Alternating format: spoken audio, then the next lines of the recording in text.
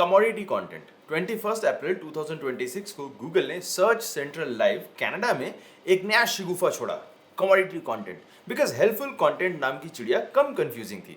आज की वीडियो में हम डिस्कस करेंगे कि ये कमोडिटी और नॉन कमोडिटी कंटेंट क्या होता है, हेल्पफुल कंटेंट से किस तरह से अलग है और आपको क्या करना चाहिए नॉन कमोडिटी या कमोडिटी कंटेंट के बारे में अपनी वेबसाइट के अंदर। Everyone, I am Amit Tiwari from तिवारी.net और आज की वीडियो में हम कमोडिटी नॉन कमोडिटी कंटेंट को डिस्कस कर रहे हैं, जो गूगल का एक नया कॉन्सेप्ट है।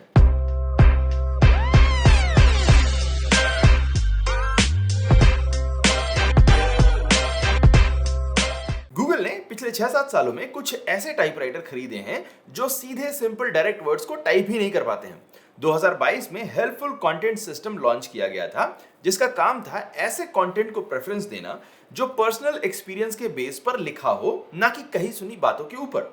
फॉर एग्जाम्पल, अगर आपको एक वॉशिंग मशीन का रिव्यू लिखना है तो आपसे एक्सपेक्टेशन गूगल की ये थी कि आप उस मशीन को चला के यूज करके खुद टेस्ट करके रिव्यू लिखेंगे और अपनी फोटो को यूज करेंगे। ऐसा ना हो कि दूसरे लोगों ने जो रिव्यूज ऑलरेडी ऑनलाइन पब्लिश कर रखे हैं उन्हीं को पढ़ के और इधर उधर के वर्ड्स यूज करके आप अपना रिव्यू लिख दें कि भाई उन लोगों ने सही लिखा है तो मेरा भी सही हो जाएगा। ऐसे एक्सपीरियंस बेस्ड कंटेंट को गूगल ने नाम दिया हेल्पफुल कंटेंट। अनहेल्पफुल कंटेंट कौन लिखना चाहता है? इसका नाम दे सकते थे experience based content, personalised content, your own content, but नाम क्या दे दिया? हेल्पफुल कंटेंट, ताकि कॉन्सेप्ट समझने में बिल्कुल हेल्प ना मिले। बट देन अब ये कमोडिटी और नॉन कमोडिटी कंटेंट का कैटेगराइजेशन गूगल ने छोड़ दिया कनाडा में। ट्रंप आ ही जाएगा कनाडा। बट इस बार गूगल ने दोनों टाइप के कंटेंट के कुछ एग्जांपल भी दिए हैं, जो कि लिटिल बिट हेल्पफुल कंटेंट हो गया हमारे लिए। Like top 10 things to consider when buying running shoes, commodity content है। और why this customer shoes collapsed after 400 miles, non commodity content है। गूगल चाहता है कि आप नॉन कमोडिटी टाइप का कंटेंट लिखें, कमोडिटी टाइप का कंटेंट ना लिखें। But why? अब सबसे पहला रीजन तो यही है कि ये जो कमोडिटी टाइप का कंटेंट है, इसको एआई मॉडल्स खुद से भी लिख सकते हैं। लाइक फर्स्ट एग्जांपल में क्या रिसर्च करनी है, सब ये लिखेंगे ना कि भाई शूज को फिट होना जरूरी है, वेदर के हिसाब से मटेरियल सेलेक्ट करो, कहाँ रन करना है ये देख लो, लाइक ट्रेडमिल पर भागना है, प्लेन्स में भागना है, हिल स्टेशन पर भागना है, इस टाइप की टिपिकल एडवाइस। इस टाइप का कंटेंट एआई मॉडल्स नॉर्मली कुछ सेकंड्स में खुद ही लिख लेते हैं। इसीलिए गूगल इस तरह का कंटेंट नहीं चाहता है, बिकॉज नंबर 1 उनको जरूरत नहीं है, और नंबर 2 हम सारे लोग इस टाइप का कंटेंट खुद ही जेमिनी से या चैट जीपीटी से लिखवा कर गूगल को दे देते हैं कि भाई इंडेक्स कर लो। ये वही बात हो गई कि आप दुकान में जाओ, उसका सामान उठाओ और उसी को बेचने की कोशिश करो। पॉइंटलेस है ना। और ऐसे कंटेंट को डिस्कवर, क्रॉल और इंडेक्स करने में गूगल अपने पैसे और गुजारे। इसीलिए गूगल चाहता है कि आप यूनिक सिचुएशन के हिसाब से रिसर्च करके क्रिएटिव तरीके से कंटेंट लिखें जो पढ़ने में इंटरेस्टिंग हो। बिकॉज नंबर 1 गूगल के यूजर्स को कुछ नया पढ़ने को मिलेगा, समथिंग न्यू, इंटरेस्टिंग, हेल्पफुल। और नंबर 2 गूगल के नए मॉडल्स को ट्रेन होने के लिए नया डेटा मिलेगा। भाई आपके और हमारे छापे हुए कंटेंट को चुरा के इन सब ने अपने मॉडल्स ट्रेन कर लिए हैं, अब उसे यूज कर रहे हैं। लेकिन उसे और ज्यादा स्मार्ट बनाने के लिए फ्री की मेहनत कौन करेगा? आप करेंगे, मैं करूंगा, हम सारे ऐसे यूज करेंगे, वेब मास्टर्स भी करेंगे। और बदले में हमें क्या मिलेगा? वही पुराना चूरन, वही पुराना लालच कि ज्यादा रैंक मिलेगी, ज्यादा ट्रैफिक मिलेगा, वगैरह वगैरह। लेकिन हम में से ही एक भाई ने गूगल के सपोर्ट फोरम पर एक वो क्वेश्चन पूछ लिया जो हम सबके मन में है कि भाई हम बना तो देंगे ये नॉन कमोडिटी वाला कंटेंट, लेकिन इसे सर्च कौन कर रहा है?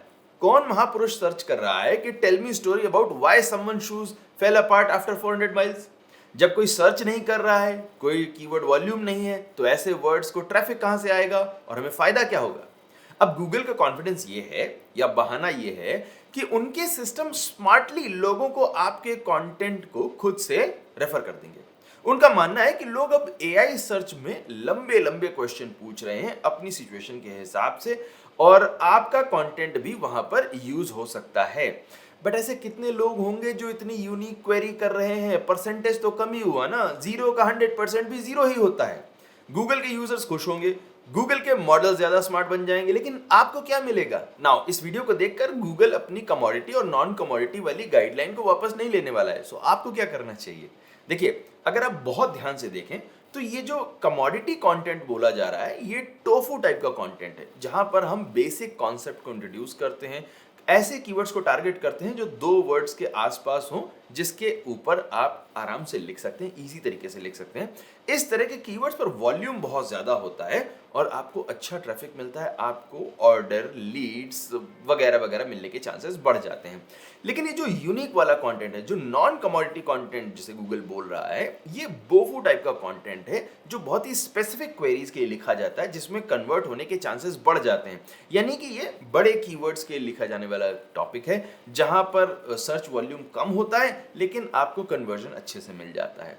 तो अभी तक हम टोफू, मोफू और बोफू सभी टाइप का कंटेंट एक रेशियो में लिखते थे। TOFU content easy to write है, ज्यादा वॉल्यूम में लिखा जाता था, लेकिन अब जमाना ये है कि आप बोफू कंटेंट को भी प्रेफरेंस दें। अगर आप सिर्फ टोफू कंटेंट के बहाने, या बहुत सिंपल तरीके से बोलूं तो अगर आप सिर्फ ब्लॉग पोस्ट के सहारे अपनी वेबसाइट को ट्रैफिक दिलाने की कोशिश करेंगे तो आपको नुकसान होगा।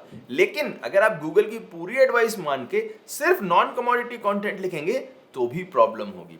गूगल अपने अनाउंसमेंट में कहीं भी ये नहीं कहता है कि कमोडिटी कंटेंट के लिए वो कोई पनिशमेंट, कोई पेनल्टी, कोई अपडेट में ट्रैफिक को कम करना, ऐसी कोई हरकत नहीं करने वाले।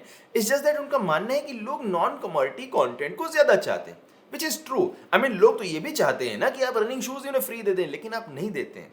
आपको अपने खुद के रिसोर्सेज, अपनी वेबसाइट की नीड और साइज के हिसाब से अपने कंटेंट के प्लान को बनाना पड़ता है। जितना बजट आप स्पेंड कर सकते हैं किसी क्लाइंट के लिए या अपनी वेबसाइट के लिए, उतना ही आप उसके अंदर इन्वेस्ट करेंगे। नॉन कमोडिटी कंटेंट हमेशा से हम सभी को पता है कि इस तरह का जो unique, interesting case study, white paper, research paper, इस तरह के कंटेंट अच्छे होते हैं, लेकिन इसे बनाने में मेहनत ज़्यादा लगती है, टाइम ज़्यादा लगता है, इसलिए हम कम बनाते हैं। बट शायद अब आपको अपना जो बोफू कंटेंट है, जो लंबे कीवर्ड्स वाला यूनिक, स्पेशलाइज्ड, जिसे गूगल कह रहा है नॉन कमोडिटी कंटेंट, इसे आप ज़्यादा वॉल्यूम में बनाएं। और जो टोफू कंटेंट है, जो सिंपल सी नॉर्मल सी ब्लॉग पोस्ट होती है सरफेस लेवल, उसको आप कम करें। खत्म नहीं करना है, कम करना है। सो मे बी आप अपने कमोडिटी कंटेंट, यानी कि छोटे कीवर्ड्स के लिए जो आप सरफेस लेवल कंटेंट लिखते हैं, ब्लॉग पोस्ट लिखते हैं, उनको 50% कम कर दें। और जो आपका नॉन कमोडिटी कंटेंट है, यानी कि जो स्पेशलाइज्ड यूनिक केस स्टडीज हैं, वाइट पेपर है, इस तरह के कंटेंट को 50% ज़्यादा कर दें और आप सही रहेंगे।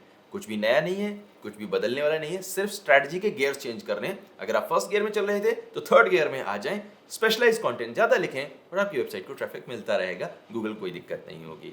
मिलते हैं अगले वीडियो में किसी और टिप, ट्रिक या फिर अनाउंसमेंट के साथ में। तब तक के लिए keep learning, keep practicing, keep growing. My name is Amit Tiwari from tiwari.net and I'll see you next time. Take care.